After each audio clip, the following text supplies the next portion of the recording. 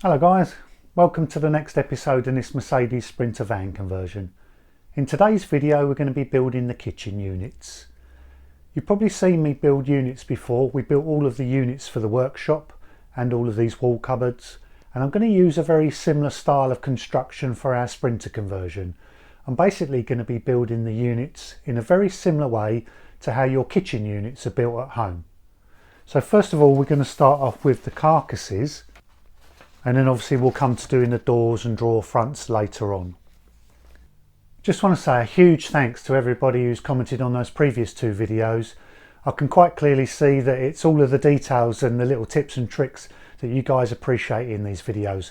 So as much as possible I'm going to try and keep the detail in. Let's have a look at the design first. I'll show you the plans in SketchUp and then we'll get down to cutting some wood. So this is the design that I've come up with for a kitchen unit for our Sprinter conversion. Most people will have three things that they want to incorporate in their kitchen unit. That will be a fridge, some means of cooking and a sink. Obviously we haven't got a lot of room in the van, so we've got to try and get it into as compact a space as possible. Let me just talk you through my thought process. The first thing I do is I get hold of the manufacturer's literature and look at all the clearances, because certain devices need airways for heat rejection. Like for instance the cooker, it needs a certain distance at the back of the cooker for airflow, just to reject all the heat. And the same applies with your fridge as well. You've got a compressor and a heat exchanger at the back of the fridge, so you need to maintain this air path to get rid of that hot air. So there's a minimum gap at the top of the fridge of 50mm if you install it at the bottom of your cabinet. Alternatively, you could have a slot at the top of your worktop and the air could rise up through the back of the worktop. I don't really like that particular idea, because obviously if you've got water on your worktop or other things, are potentially just going to fall down that dark hole.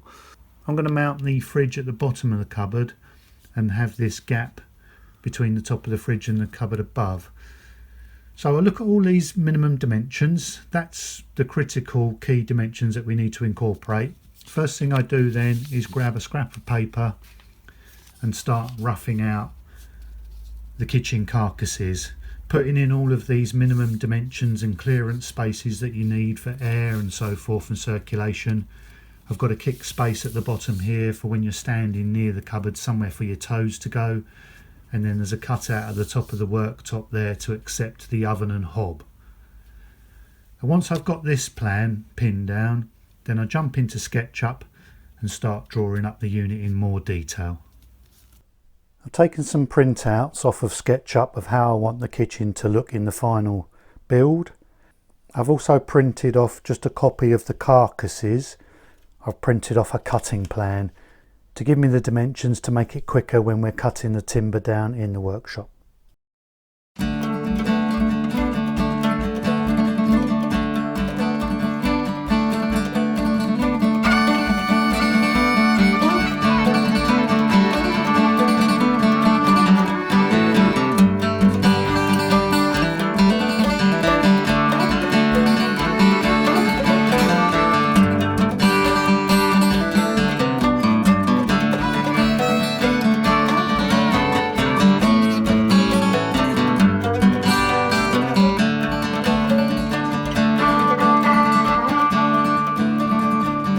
We've ripped the kitchen carcasses to width, now I'm just going to trim them to length.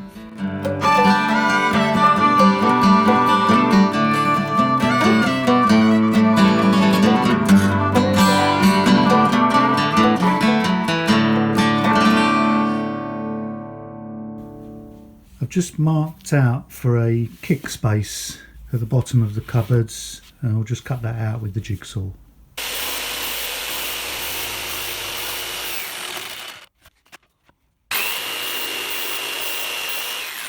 I want to cut a little notch out of the top of these side panels to accept a horizontal brace.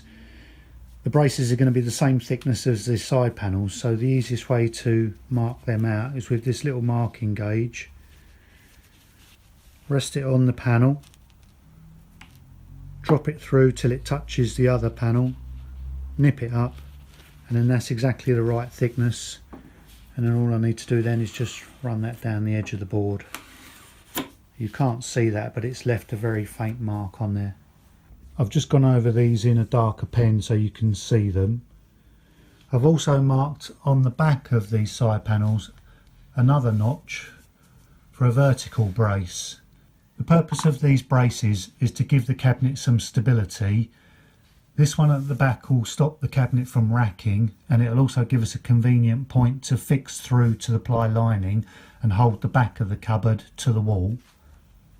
These notches at the front, again, they'll stop the cabinet racking, but they'll give us a convenient point to fix through into the underside of the countertop.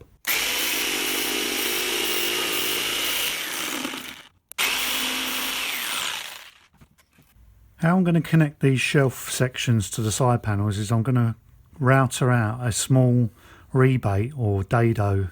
I'm only going to make that dado 5mm because all of these panels are 12, so I don't want to go too far with it. So in the router here I've got a 12mm straight cutting bit set up in there.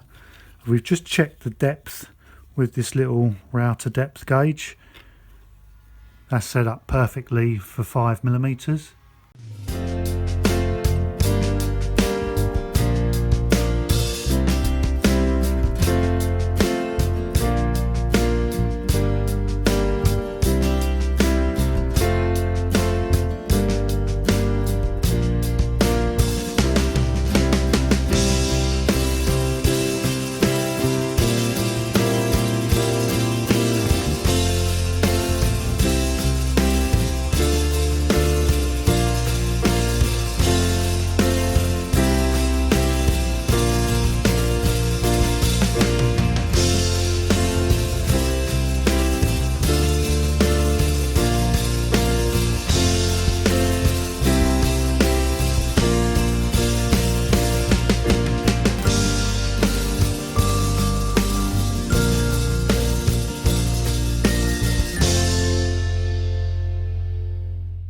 It's not good practice to cross cut panels on your table saw. So this is a panel cutting jig that we made a couple of years ago. It's just a scrap of 3/4 inch plywood.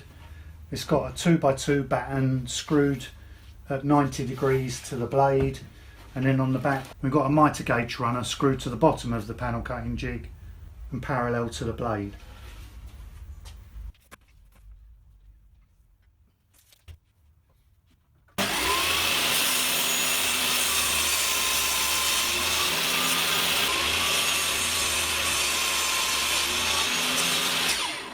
I've got the side panels cut and these rebates done with the router. We're just going to glue and brad these together now.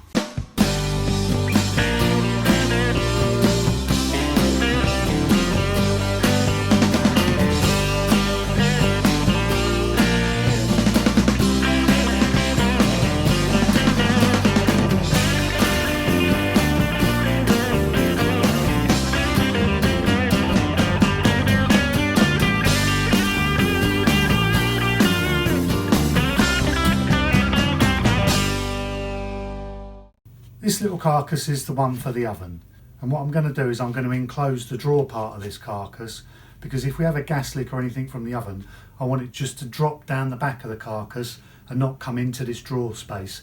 And then we've got a drop out vent in the floor of the van. LPG is heavier than air, so anything will go out through the van and it won't fill up my cupboard space. So we're just going to put some glue and a back on here. It'll also help to keep this cabinet square and give it a lot of extra strength.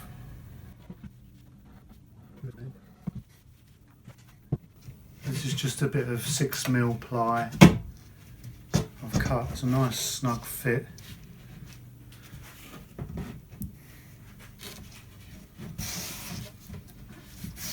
And then I'll just pop a couple of brads in there as well.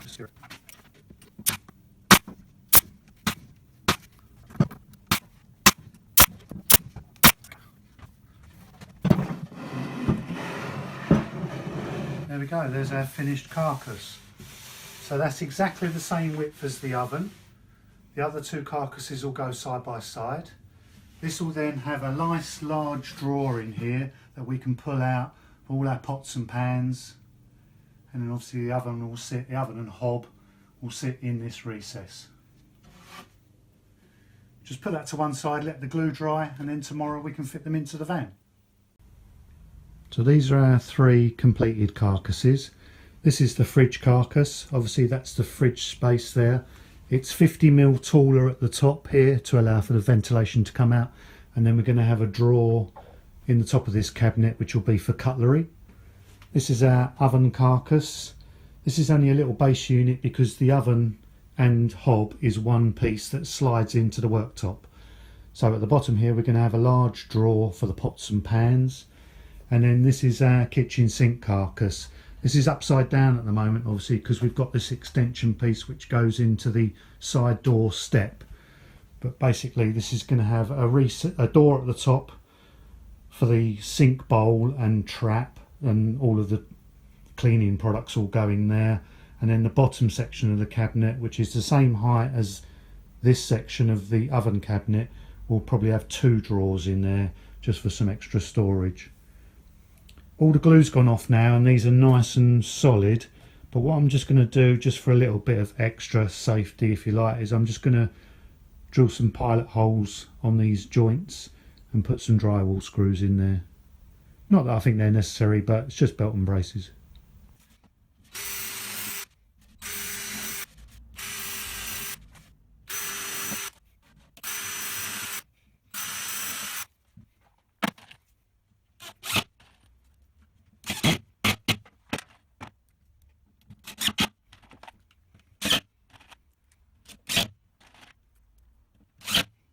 So here's the first of the kitchen carcasses in position. This is the one for the fridge unit. It's got a little drawer above it.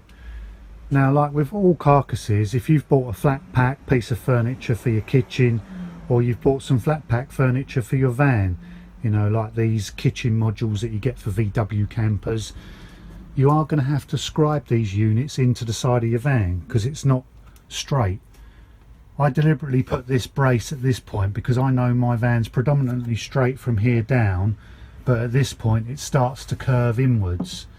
So I knew that I'd have to probably scribe off a bit of this cabinet at this point here. So what we're going to do now is just going to get our scribe and we're just going to mark this cabinet to the slope of this wall, and then we'll cut that piece off with a jigsaw.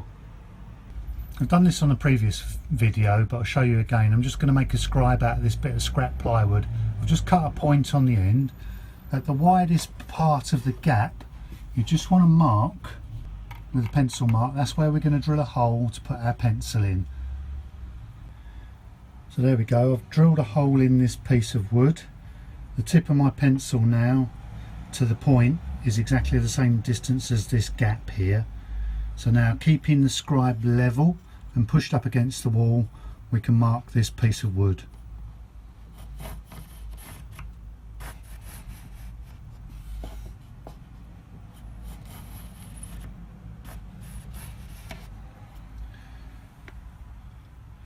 There we go. I hope you can see that as a pencil mark on there, and we'll cut to that line. There, I've cut to our mark. I've cut on the line. We're not going to actually see this, it doesn't need to be really tight, but that's now brought the cupboard right into this wall now. So what we can do is we can fix through this brace into the ply lining. That'll hold that cupboard nice and secure to the wall. For the services, I'm just going to cut this back corner out here just to allow for pipe work and a cable to run through the back of the cupboards. So I'm going to first fix the services before I finally bolt these in position. I've got the first fixed plumbing installed for the kitchen unit. We've got hot and cold water running down the bottom here, coming up to our new tap, and then I've also got the gas line coming through for the cooker. I've extended it beyond the cooker because what I want to do is put an isolating valve, little gas cock, inside the back of the sink unit so it's accessible, and then I'll turn that over and run that back in to feed the oven. Okay, so here we are guys, we've got the kitchen units in position now. I've got them in a first coat of undercoat. I plan to paint these carcasses, and then obviously we're going to do drawers and door fronts exactly the same in the Zebrano to match. I've just put the appliances in so you can get an idea of what we've got set up here. We've got this little Dometic 12-volt compressor fridge. Brilliant little fridge. It's got a little ice box in the top there. That actually can come out and it will convert into a larder fridge. It's got a little tray and a salad box, and then plenty of room in the door for bottles and some dairy products. Lovely little fridge that works off a 12-volt supply. Doesn't run off mains or gas, just permanently connected to your leisure battery. And then here we've got the Thetford XXX combined oven, grill and hob. So this is really going to be home from home. Got 3 burners on the top, and then underneath we've got the oven and grill. I really do enjoy my cooking, so I can't wait to get to grips with that. And then next to that we've got the Thetford Argent sink. I've only just laid this on the cabinet at the moment. Obviously it's going to have work surface here, but again this has got a smoke glass top to match the oven. And then inside here, really neat idea, draining board fits inside the sink. That comes out and then that just clips on the side of the sink, so your water drains back into your sink. And then a washing bowl in there as well. Really neat idea, that all packs away in there. Great space saving idea. It just remains now for me to make the doors and drawer fronts exactly the same way that we made the cupboard doors for the bedroom area of the Sprinter. Going to use the same method, and then obviously we've got the countertop to go on here. I've just got to finish the painting, and I've got the countertop in the workshop, so let's go and have a look at that. Okay, so here's the countertop for the kitchen, all ready to go in. I wanted a solid wood countertop, and I wanted something a little bit different, so I hope you can see this grain pattern.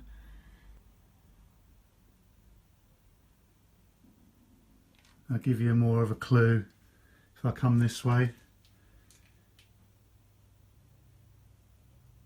Any ideas what that is?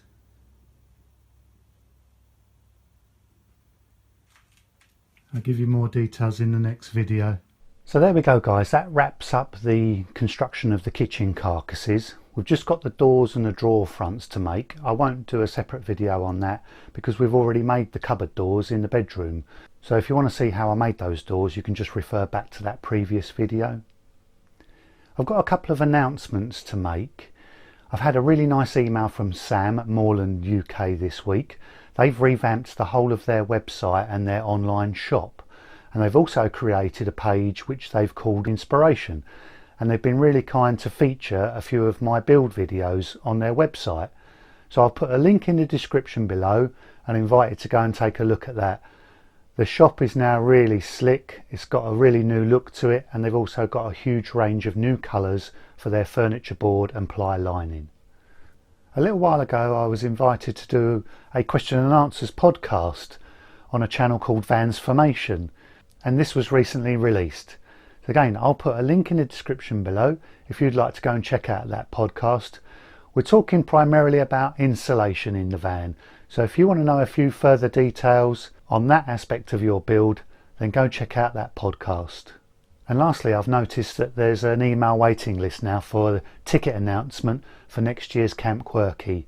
This year's festival sold out completely, so they've started a waiting list for next year's. You just need to go onto the website, the link's in the description, put your name and email address in there and submit it, and then as soon as the tickets are available, you'll get a notification. I'm really super excited about that festival. I really enjoyed this year's, and next year of course we get to take our own van and show that off to everybody. So if you'd like to come and see the van firsthand, up close and personal, then make sure that you get your tickets for Camp Quirky. Please do leave me your comments below. I really enjoyed reading all your comments, and I will get back to you as soon as I can if you've got any questions. Thanks very much for watching. Cheers.